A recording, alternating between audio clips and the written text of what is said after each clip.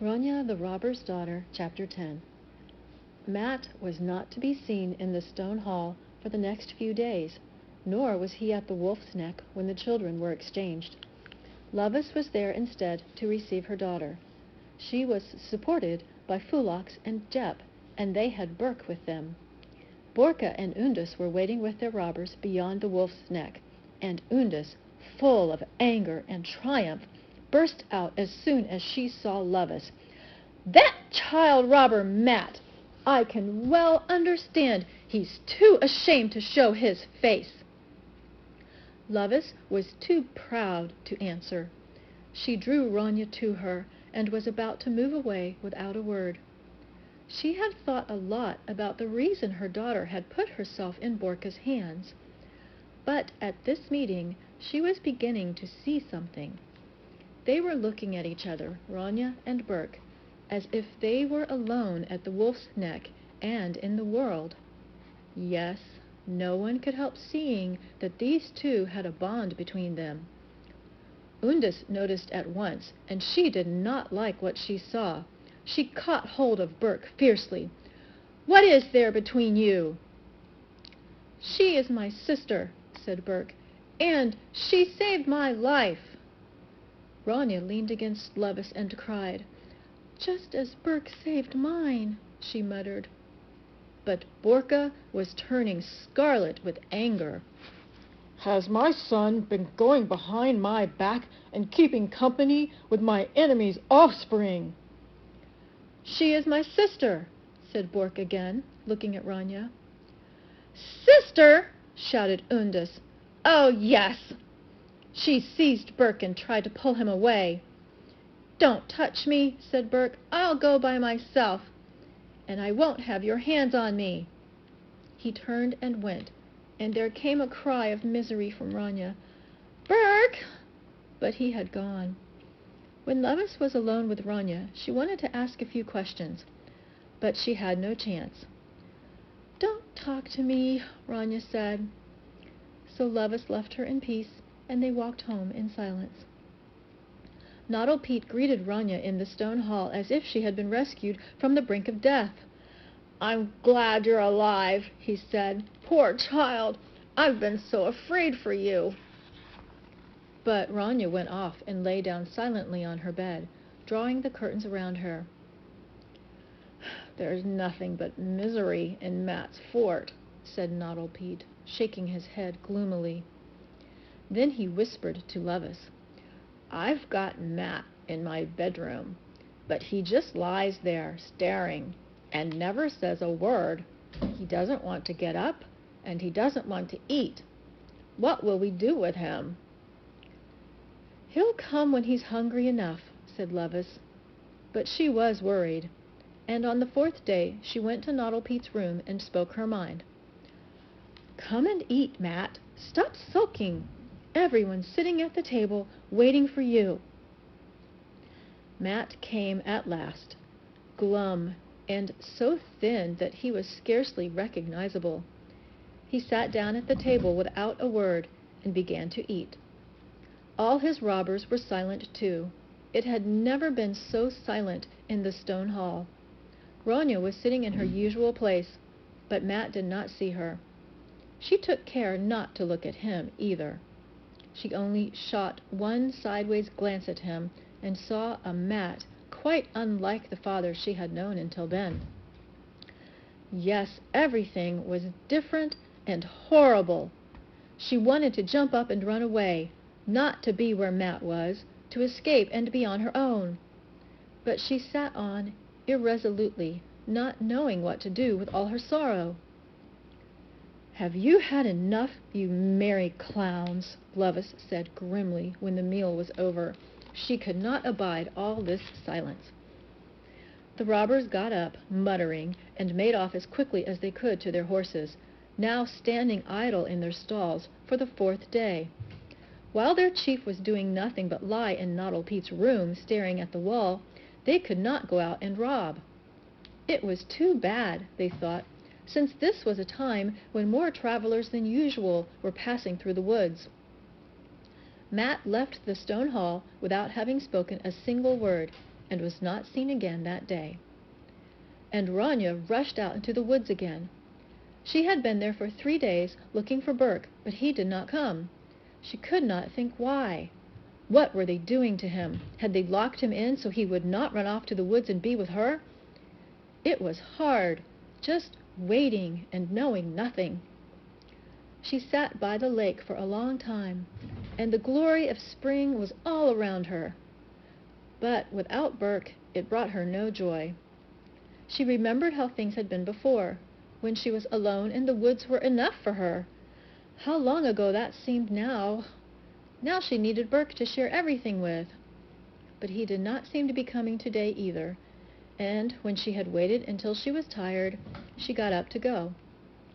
Then he came. She heard him whistling among the fir trees and rushed to him, wild with happiness. There he was, and he was lugging a big bundle with him. "I'm moving into the forest now," he said. "I can't live in Borka's Keep any longer." Ronia gazed at him in astonishment. "Why is that?" "The way I am, I can't put up with nagging and hard words forever," he said. 3 days are enough for me." Matt's silence is worse than hard words, thought Ronia, and suddenly she knew what she would do. What was unbearable could be changed. Berk had done it, so why shouldn't she do it too? "I'm going to leave Matt's fort too," she said eagerly. "I will. Yes, I will." "Well, I was born in a cave," said Berk, "and I live in a cave. But can you?" "I can live anywhere at all with you," said Ronia, "especially in the bear's cave." There were a number of caves in the mountainsides, but none as good as the bear's cave. Ronia had known about it ever since she first began to wander here in the woods. Matt had shown it to her. He himself had sometimes lived there when he was a boy, in the summer. In the winter, bears used to sleep there, Noddle Pete had told him. So he called it the Bear's Cave, and that had been its name ever since. The Bear's Cave lay near the river, high above it, right between 2 rocky cliffs. It could be reached only along a ledge of rock on the mountainside, which was narrow at the beginning and felt perilous, but just outside the cave it widened to a broad platform of stone. There, high above the rushing river, you could sit and watch the morning rise in all its glory over mountains and forests. Ronia had done it often. Yes, you could live in that cave, she knew. "I'll come to the Bear's Cave late at night," she said. "That is, if you will be there." "Yes, where else?" said Berk. "I will be there waiting for you." Lovis sang the wolf song for Ronia that night, as she had always sung it at the end of every day, whether glad or sorrowful. "But this is the last night I'll hear it," Ronia thought, and it was a hard thought. It was hard to leave her mother, but still harder to no longer be Matt's child. That was why she had to go out into the woods, even if it meant she would never hear the wolf song again. And it was to be now, as soon as Lovis had fallen asleep. Ronia lay in her bed staring into the fire as she waited. Lovis was stirring restlessly in her bed, but at last she was still, and Ronia could tell from her breathing that she was asleep. Then Ronia crept out of bed and stood for a long time gazing at her sleeping mother in the light from the fire. "My darling Lovis," she thought, "perhaps we will see each other again. Perhaps not." Lovis's unbound hair was spread out over the pillow. Ronia stroked the red-brown tresses with one finger. Was it really her mother lying there, looking so childlike? Tired, too, and lonely without Matt beside her. And now her child was going to leave her as well. "Forgive me," Ronia murmured, "but I must." Then she stole silently out of the stone hall and collected her pack, well hidden in the costume chamber. It was so heavy that she could scarcely carry it, and when she reached the wolf's neck, she flung the bundle right at the feet of Tapper and Torm, who were on guard duty that night. Not that Matt cared about posting guards anymore, but Noddle Pete did it with great enthusiasm in his stead. Tapper stared at Ronia. "Where in the name of all wild harpies are you off to in the middle of the night?" "I'm moving into the forest now," said Ronia. "You must tell Lovis." "Why don't you tell her yourself?" asked Tapper. "Well, because she wouldn't let me go, and I don't want to be stopped." "What do you think your father will say, then?" asked Torm. "My father?" Ronia said thoughtfully. "Have I got a father?" She gave them her hand in farewell. "Give everyone my love. Don't forget Noddle Pete. And remember me sometimes when you're dancing and singing your songs." This was more than Tapper and Torm could bear. Tears sprang into their eyes, and Ronia cried a little, too. "I think this is the end of dancing in Matt's fort," said Tapper sorrowfully. Ronia picked up her bundle and put it over her shoulder. "Tell Lovis that she must not grieve and worry too much. I'll be in the woods if she wants to find me." "And what are we to say to Matt?" asked Torm. "Nothing," Ronia said with a sigh. Then she went.